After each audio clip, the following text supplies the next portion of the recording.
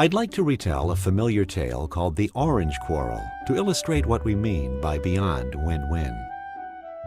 This story is adapted from Getting to Yes by Fisher and Urey at Harvard University. It was a rather explosive situation because two children were using adversarial methods that ignored the interests of the other party. Both children wanted the only orange, and they were heading for a lose-lose situation, destroyed orange, or at best, win-lose if one child overpowered the other for the whole orange. Fortunately, a clever mediator came along with a good idea. Jenny cut, Joey choose. This was a good solution and a win-win solution compared to what could have happened in an all-out fight. All things being equal, this seemed like a pretty fair solution. Both children got 50% of what they wanted. But it turns out that we can do even better than this when we recognize that there are two important objectives that help us achieve superior agreements: fairness and efficiency. Divide the benefits fairly and don't leave value on the table. The children in this conflict were using adversarial methods, assuming a one-dimensional model of negotiations. Both children wanted the whole orange, and the problem was that if one was to get more, the other had to get less. The first step in solving this problem is to relabel these scales. Instead of thinking that each child wants 100% of the orange, consider rather that each child wants to become 100% satisfied. Now we can take these scales and reorient them so that we're viewing the case in multi-dimensional satisfaction space. Now it's no longer necessarily true that one party has to lose when another one gains. Recall the solution in our previous scenario. We did achieve our fairness objective. Both parties got 50% of what they wanted, but when we plot this solution on the graph, we see that there may be room for improvement.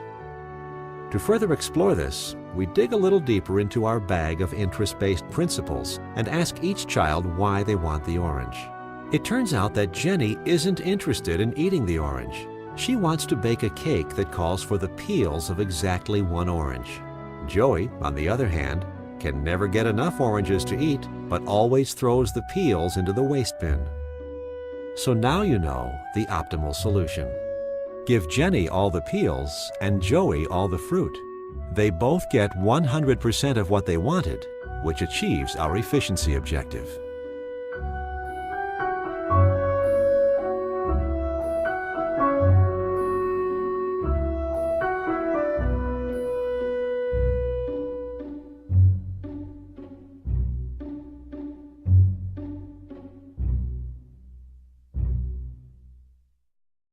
Now, wouldn't it be nice if all our problems were that simple?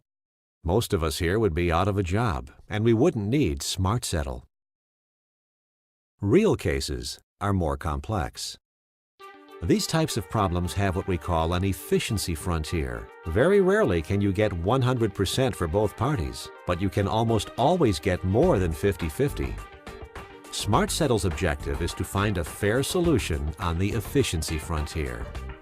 The first person to get credit for a solution to the problem of helping negotiators reach a solution that is both fair and efficient was a brilliant mathematician named John Nash. You may have seen the movie A Beautiful Mind, which tells the story. Nash received a Nobel Prize in 1994 for work that he did over 40 years earlier at Princeton University. His most notable work is summarized in two papers. In the first paper, Nash said, "Without cooperation, competition leads to a non-optimal equilibrium."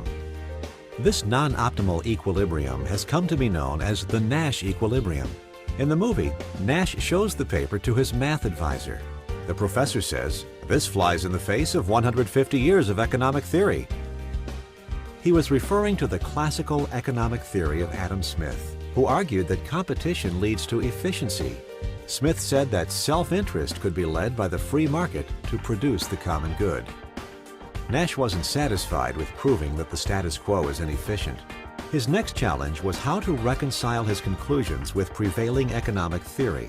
His goal was to show how to move from the Nash equilibrium to an optimal solution.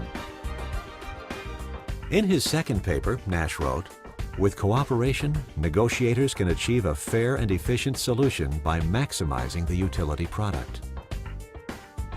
Maximize the utility product was the name of his algorithm, which, applied, can transform a non-optimal solution to one that is fair and efficient. You may be wondering why this idea hasn't taken off yet.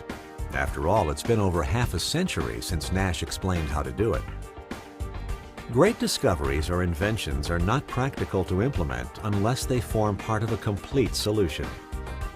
As it turns out, there are also other ways to solve this problem.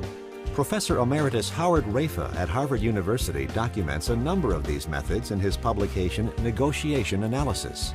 Rafa is considered by many as the foremost authority on this subject.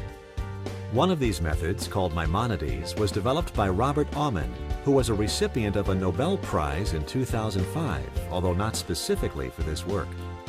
Rafa's preferred method is called Maximize the Minimum Gain. This method has its origins in Dr. Ernest Thiessen's research at Cornell University and is implemented in the Smart Settle negotiation system. Here's some data from that research. Some parties negotiated without the computer, and others negotiated with the computer. As predicted, those that used the computer reached the efficiency frontier. Let's pause it right there for a moment. This is a significant difference. If you haven't already implemented e-negotiation as part of your process, there's a good chance your deals look like the points in white here. The data revealed a 16% gain over traditional methods for each party. Nash correctly identified the essential ingredient as cooperation, but that has remained rather elusive. Dr. Barry Court at Cambridge said, "Moving from competition to cooperation remains an unsolved problem in game theory." This highlights the problem of bringing negotiators together in the first place. The alternative dispute resolution community is doing a good job of promoting cooperation through mediation, but mediation has not yet been widely adopted. Real people with real conflicts have had too many objections. I can't be sure that a mediator is really neutral. I wouldn't trust a mediator with my confidential information. No mediator is smart enough to understand our problem. Can we overcome these objections? Suppose this represents a complex multi-party problem. Smart Settle reduces inefficient direct communication by introducing a neutral site on the Internet which manages all confidential data. Private data is kept safe and secure. Transmissions are protected with bank-grade encryption. The server has all the power needed to solve large, complex problems between any number of parties, negotiating conveniently, anywhere, anytime. Neutral, trustworthy, and smart. Smart Settle provides the mechanism to encourage parties to move freely from mutual distrust to effective collaboration. Like Adam Smith, it does not require parties to give up their self-interest, nor does it require them to give up their freedom to choose among alternatives. Like John Nash, it knows that collaborative methods produce greater benefits for everyone and can prove it. Unlike anything else available on the market, Smart Settle can deliver those increased benefits to all parties now.